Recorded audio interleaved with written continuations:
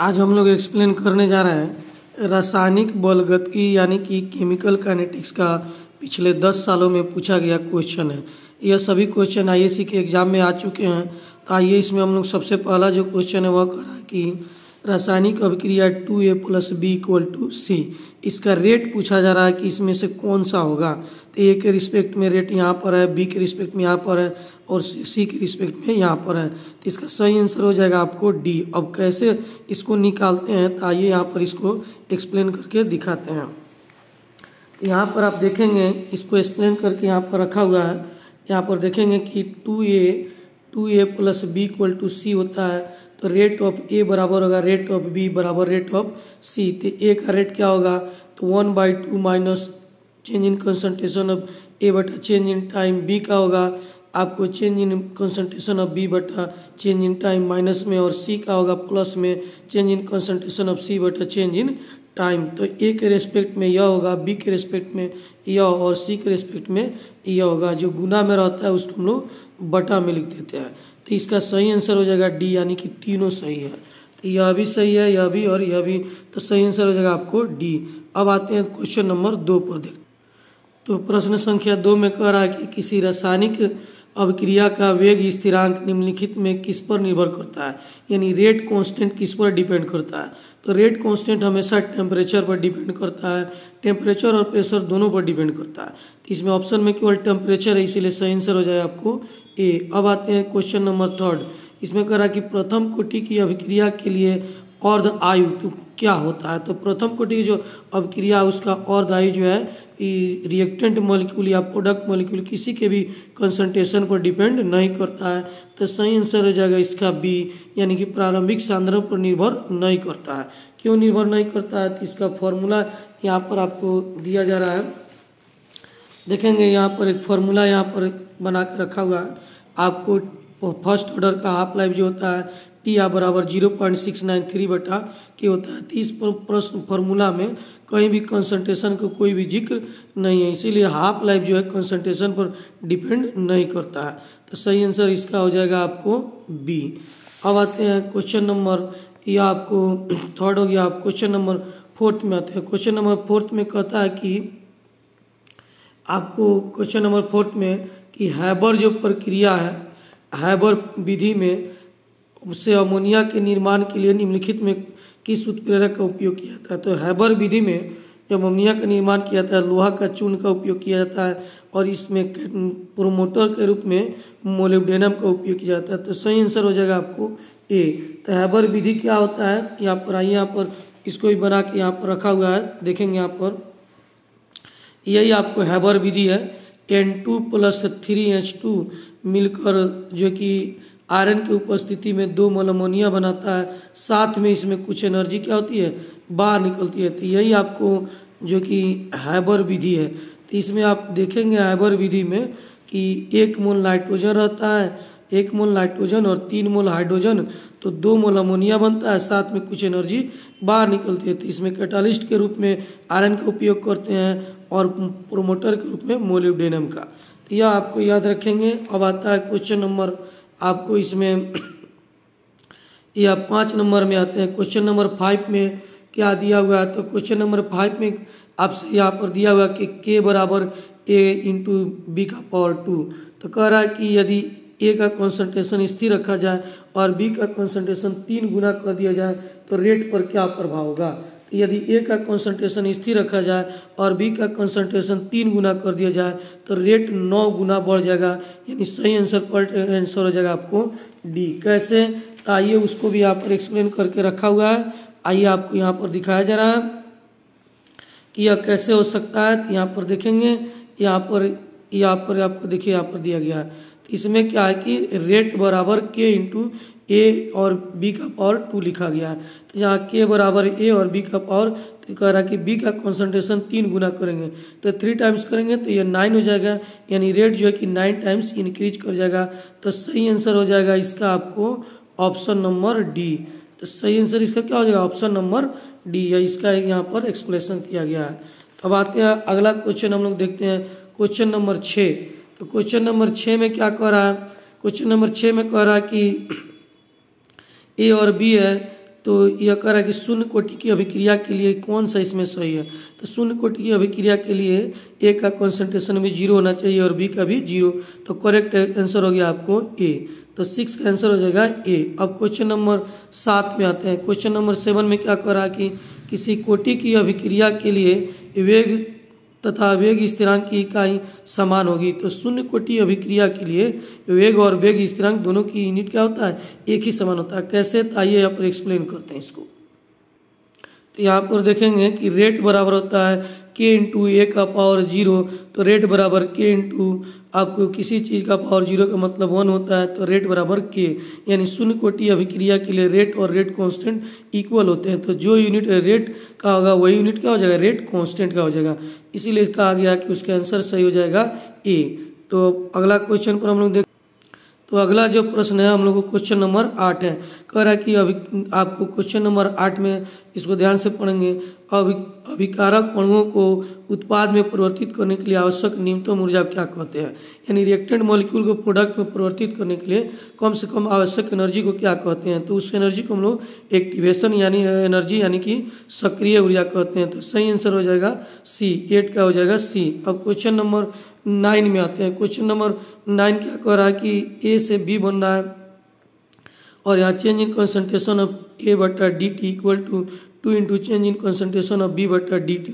अब कह रहा है कि प्रतिक्रिया का वेग नियम क्या होगा। तो इसमें प्रतिक्रिया का वेग नियम कौन सा होगा, इस जो कि इक्वेशन से। तो इस इक्वेशन से करेक्ट आंसर हो जाएगा आपको ए। तो यह कैसे होगा, आइए इसको यहाँ पर हम एक्सप्लेन करके दिखाते हैं। तो इक्वेशन में दिया गया change in concentration A of A बटा D T equal to T into change in concentration of B बटा डी टी। तो इसका मतलब है कि यहाँ पर जो गुना में है वह इसमें बाई में होगा तभी जाके यह गुना में आया है। तो इसका करेक्ट जो है कि आपको यह हो जाएगा -1/2 change in concentration of A बटा D T equal to D into change in concentration of B बटा डी टी। यही 2 से गुना हुआ है तब यह जाके बना हुआ है। तो इसके हिसाब से यानी ए जो है कि 2 मोल होगा। तो इस इक्वेशन के हिसाब से यहाँ पर इसका करेक्ट जो है कि रिएक्शन यह होना चाहिए 2a plus B equal to P, क्योंकि यही 2 जो है कि बाई में यहाँ पर लिखा गया है। तो इस हिसाब से आप देखेंगे तो रेट जो है कि ए का पावर 2 होगा और बी का पावर 1 होगा। तो करेक्ट आंसर क्या हो जाएगा, आपको रेट का करेक्ट आंसर हो जाएगा के इंटू ए का पावर 2, जो कि यहाँ पर इसमें दिया गया है आपको ऑप्शन नंबर ए में। अब आते हैं क्वेश्चन नंबर हम लोग आपको 10 में देखते हैं। क्वेश्चन नंबर 10 में क्या कह रहा है कि जब अग्रिम अभिक्रिया और पश्चिम अभिक्रिया यानी कि फॉरवर्ड रिएक्शन और बैकवर्ड रिएक्शन दोनों का ऊर्जा समान हो जाता है तो उस समय चेंज इन इंथैल्पी का मान 0 होता है। यानी इक्विलिब्रियम पर चेंज इन इंथैल्पी का मान 0 होता है। तो 10 का आंसर हो जाएगा आपको ए। अब आते हैं क्वेश्चन नंबर 11।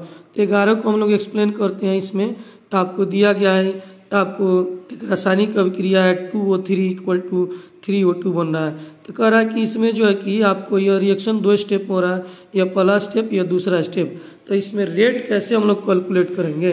तो रेट कैलकुलेट करने के लिए हम लोग ध्यान देंगे कि यह 2 स्टेप का रिएक्शन है, तो इसको रेट कैलकुलेट किया जाता है 16 स्टेप से। तो मंद स्टेप यह है, इसी से रेट कैलकुलेट करेंगे। तो इससे रेट कैलकुलेट करेंगे तो जो ऑप्शन आएगा वो चारों में से कोई नहीं है, लेकिन यहाँ पर बी लिखा हुआ है, गलत लिखा हुआ है। सही आंसर क्या होगा, आइए इसको एक्सप्लेन करके बताते हैं।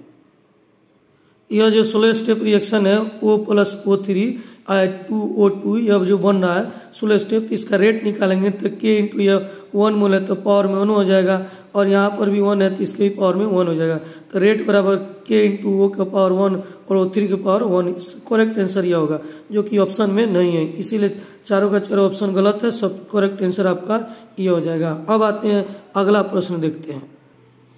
क्वेश्चन नंबर 12 में दिया है H2 प्लस Cl2 और यूवी लाइट और 2HCl बना गैस। तो इस अभिक्रिया का कोटि क्या होगा। तो यूवी लाइट या सनलाइट की उपस्थिति में जो भी अभिक्रिया होता है उसका कोटि 0 ऑर्डर होता है। तो इसका आंसर हो जाएगा आपको 0 ऑर्डर रिएक्शन।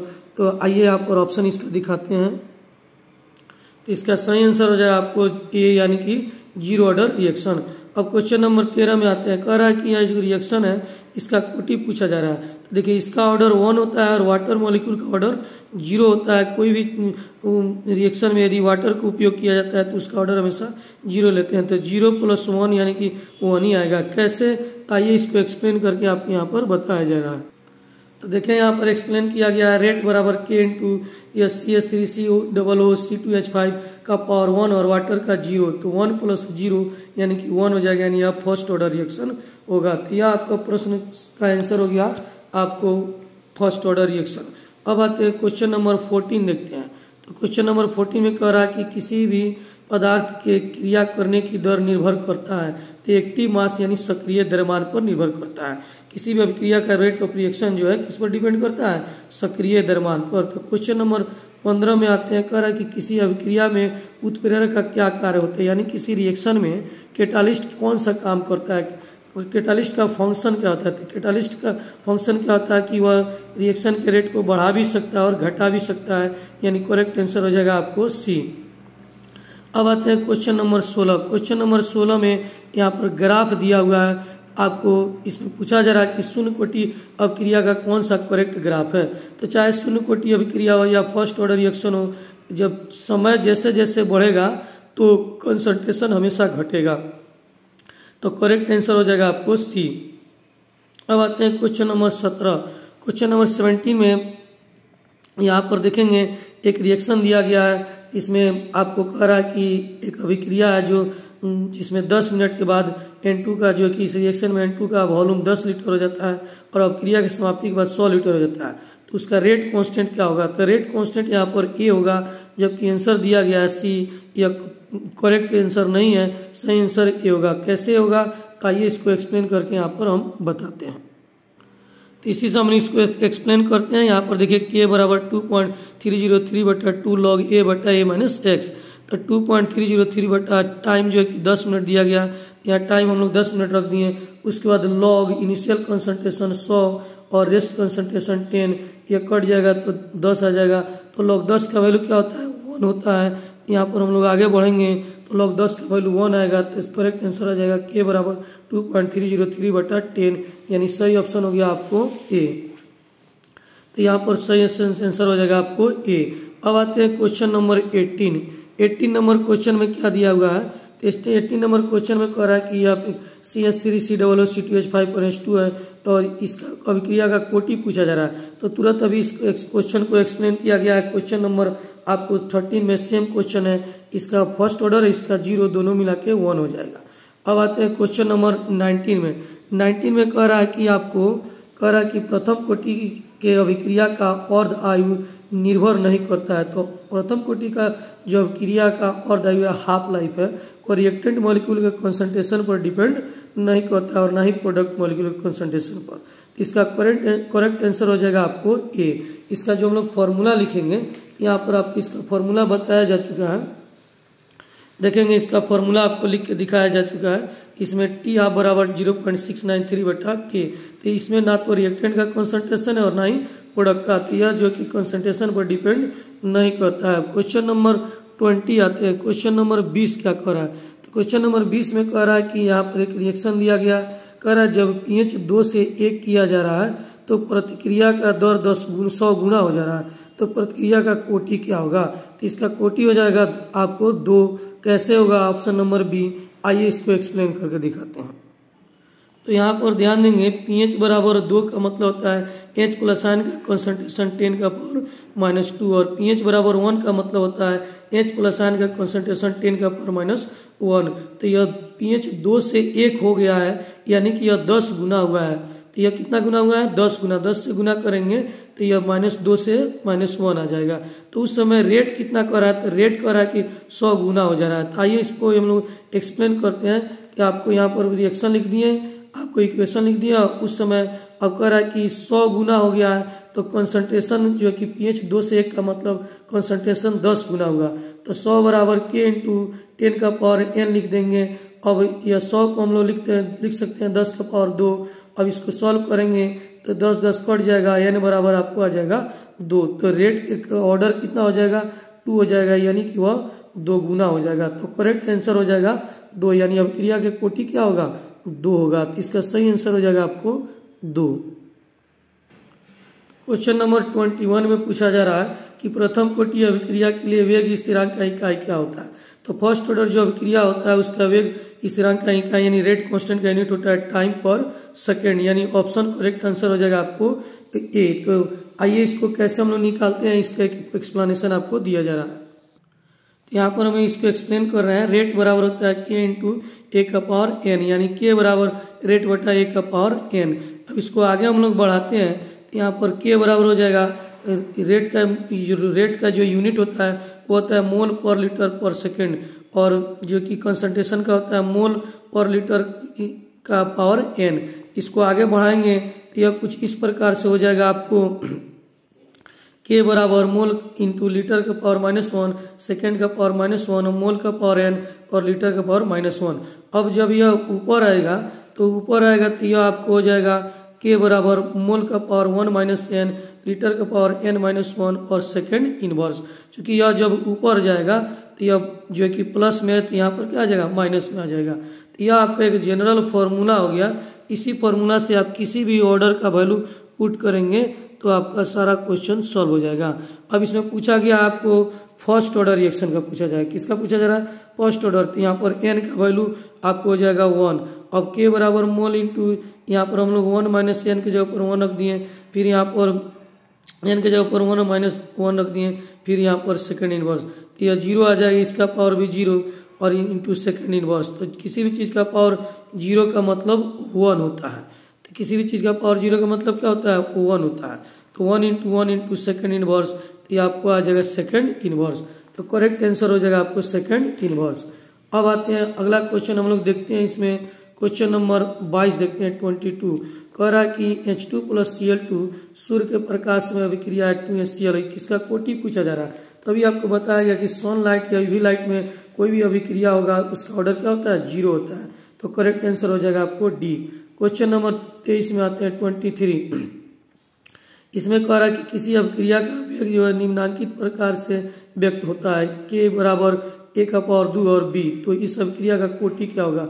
तो कोटि के लिए पावर को जोड़ देते हैं, 2 + 1 यानी कि 3। तो सही आंसर हो जाएगा आपको थर्ड ऑर्डर यानी ऑप्शन नंबर बी। अब क्वेश्चन नंबर हम लोग आते हैं तो आपको 24 क्वेश्चन नंबर देखते हैं। तो 24 में कह रहा है कि रासायनिक अभिक्रिया है, इसका साम्य स्थिरांक Kp निर्भर करता है।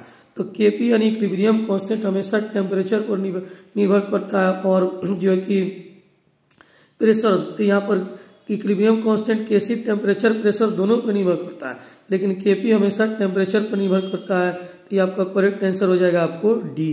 अब आते हैं क्वेश्चन नंबर 25 क्वेश्चन नंबर 25 यानी 25 में देखेंगे। इसमें लिखा हुआ कि किसी रासायनिक अभिक्रिया का वेग प्रभावित होता है। तो अभिक्रिया का वेग किससे प्रभावित होता है?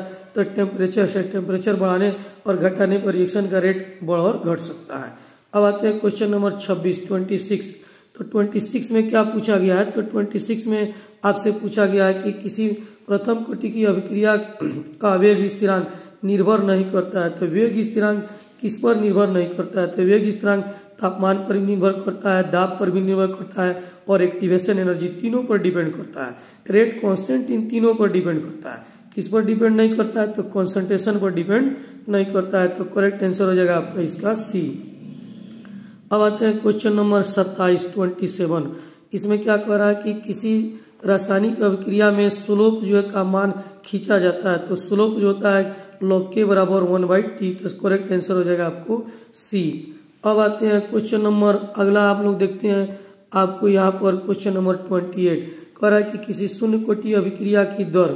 तो शून्य कोटि अभिक्रिया का दर जो है कि निश्चित होती है, कांस्टेंट होती है, एक कांस्टेंट रेशियो जो घटते बढ़ते लगातार चला जाता है। तो यह सही आंसर हो जाएगा आपको ए। इसका हम लोग ग्राफ खींचेंगे शून्य कोटि अभिक्रिया के लिए। इसका ग्राफ कुछ इस तरह से आएगा, इस प्रकार से। तो यह रेट इसका क्या होता है? कांस्टेंट हो जाता है। यहाँ पर कंसंट्रेशन और आपको यहाँ पर टाइम और यहाँ पर रेट लिखते हैं। तो रेट जो है कि समय बढ़ने से घटता बढ़ता नहीं है, एक कांस्टेंट रूप से चला जाता है। इसका ग्राफ यह होगा यानी कि निश्चित होगा। अब आते हैं क्वेश्चन नंबर 29 में आपको यहाँ पर पूछा जा रहा है कि प्रथम कोटि अभिक्रिया का हाफ लाइफ क्या होगा। तो उसका फॉर्मूला होता है 0.693/K। क्वेश्चन नंबर 30 में आइए। 30 नंबर क्वेश्चन में क्या पूछा जा रहा है, इसमें आपको कह रहा है कि शून्य कोटि अभिक्रिया के लिए वेग स्थिरांक की इकाई होगी। तो शून्य कोटि अभिक्रिया का वेग स्थिरांक की इकाई होगा मोल पर लीटर पर सेकेंड। अभी जो फॉर्मूला बताया गया है उसी फॉर्मूला में n के जगह पर आप 0 रख देंगे तो यही आंसर आएगा मोल पर लीटर पर सेकेंड। आइए इसको एक्सप्लेन करके दिखाते हैं। तो यहाँ पर देखिए इसको एक्सप्लेन किया गया है k बराबर मोल आपका पावर 1 - n और लीटर का पावर n-1 पर सेकेंड, यह आपका फॉर्मूला होता है। तो 0 ऑर्डर में n का वैल्यू 0 हो जाएगा। तो यह जो है कि रखते हैं यहाँ पर n के जगह पर 0, तो ये आपको आ जाएगा 1 - 0 यानी मोल हो जाएगा, और 0 - 1 यानी लीटर इनवर्स हो जाएगा और सेकेंड इनवर्स। तो करेक्ट आंसर हो जाएगा आपको मोल, लीटर इनवर्स और सेकेंड इनवर्स, यानी कि सही आंसर आपका हो जाएगा डी।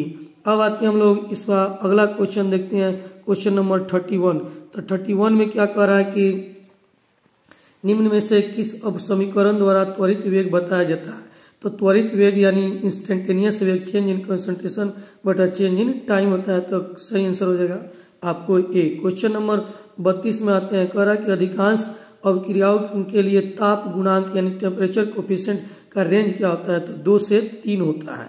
अब आते हैं क्वेश्चन नंबर 33 में पूछा जा रहा है कि दूसरे क्रम की अभिक्रिया के लिए k का यूनिट क्या होगा। तो उसके लिए यूनिट हो जाएगा पर सेकंड, पर मोल और लीटर। कैसे होगा, तो सेम फॉर्मूला है। आप यहाँ पर n के जगह पर अभी जो फॉर्मूला आपको एक्सप्लेन किया गया है इसी फॉर्मूला पर बनेगा। यहाँ पर n के जगह पर आप 2 रख दीजिए तो आंसर आपको प्राप्त हो जाएगा। तो इससे आपको 3 क्वेश्चन अभी तक पूछा जा चुका है, यानी यह फॉर्मूला काफी इंपॉर्टेंट है, इसको आप लोग याद कर लेंगे। अब आते हैं क्वेश्चन नंबर 34। तो क्वेश्चन नंबर 34 में पूछ रहा है कि रासायनिक अभिक्रिया है, इसका फुल लाइफ दिया है और इसका हाफ लाइफ पूछा जा रहा है। तो यह अभिक्रिया n-1 है, तो हाफ लाइफ इसका n हो जाएगा। अगला क्वेश्चन देखते हैं हम लोग 35। कह रहा है कि किसी वस्तु के प्रतिक्रिया करने की दर निर्भर करता है। तो वह किस पर निर्भर करता है, तो एक्टिव मास पर यानी कि सक्रिय द्रव्यमान पर। तो रिएक्शन का रेट जो है कि एक्टिव मास पर डिपेंड करता है। अब आते हैं क्वेश्चन नंबर 36 में कह रहा है शून्य कोटि की अभिक्रिया के लिए क्या होता है। तो शून्य कोटि अभिक्रिया के लिए हाफ लाइफ जो है डायरेक्टली प्रोपोर्शनल होता है इनिशियल कंसंट्रेशन के। कैसे, तो इसका एक फॉर्मूला होता है, आपको यहाँ पर चलिए एक्सप्लेन करके दिखाते हैं। शून्य कोटि अभिक्रिया के लिए यहाँ पर हम लिख रहे हैं क्या होता है, तो T बराबर हाफ लाइफ होता है A/2K। शून्य कोटि अभिक्रिया के लिए हाफ लाइफ होता है A/2K, यानी 2 और K दोनों कांस्टेंट रहेगा तो हाफ लाइफ डायरेक्टली प्रोपोर्शनल हो जाएगा A के। इसका करेक्ट आंसर हो जाएगा आपको A। अब आते हैं इसमें क्वेश्चन नंबर 37। तो 37 में क्या कह रहा है कि किसी रासायनिक अभिक्रिया की दर, तो रासायनिक अभिक्रिया का दर क्या होता है, समय के साथ घटता है। तो कोई भी रासायनिक अभिक्रिया होगा उसका दर जो है कि समय के साथ घटता है, क्योंकि कंसंट्रेशन धीरे धीरे घटते चला जाता है। अब आते हैं क्वेश्चन नंबर 38 में। 38 में आपको पूछा जा रहा है कि अब प्रथम कौन इसमें से प्रथम कोटि का अभिक्रिया नहीं है। तो ऑप्शन यह फर्स्ट ऑर्डर रिएक्शन कहलाता है, क्योंकि इसका पावर 0 होता है, इसका 1, तो 1 + 0 इसको एक्सप्लेन करके बताया जा चुका है। हाइड्रोजन पेरोक्साइड का डिकम्पोजिशन भी फर्स्ट ऑर्डर होता है, और यह नाइट्रोजन पेंटाऑक्साइड का भी डिकम्पोजिशन फर्स्ट ऑर्डर होता है। यह फर्स्ट ऑर्डर रिएक्शन नहीं है, तो करेक्ट आंसर हो जाएगा आपको बी। अब आते हैं क्वेश्चन नंबर 39 में, लास्ट क्वेश्चन है। कह रहा है कि अभिक्रिया यहाँ पर दिया गया है, तो इसको कौन सा अभिक्रिया कहते हैं। तो यह सिल्वर का एसीटेट जब ब्रोमीन के साथ रिएक्शन करता है कार्बन टेट्राक्लोराइड की उपस्थिति में, तो उस रिएक्शन को हुंडिस्कर रिएक्शन कहा जाता है। तो करेक्ट आंसर हो जाएगा आपको बी। तो अभी आपको जो है कि पिछले 10 साल का क्वेश्चन प्रैक्टिस कराया गया। आपको जो चैप्टर था केमिकल काइनेटिक्स का, इसको अच्छे से पढ़िए। जो डाउट होगा उसको फिर हमको कमेंट करके बताएंगे या पूछेंगे, तो फिर आपको अगला वीडियो सरफेस केमिस्ट्री यानी पृष्ठ तनाव का आपको सॉल्व करके बताया जाएगा। तो इसको पढ़िए, जो आपको गलत लगे उसको बताइए, ताकि वीडियो में और अधिक से अधिक आपके लिए सुधार किया जाए।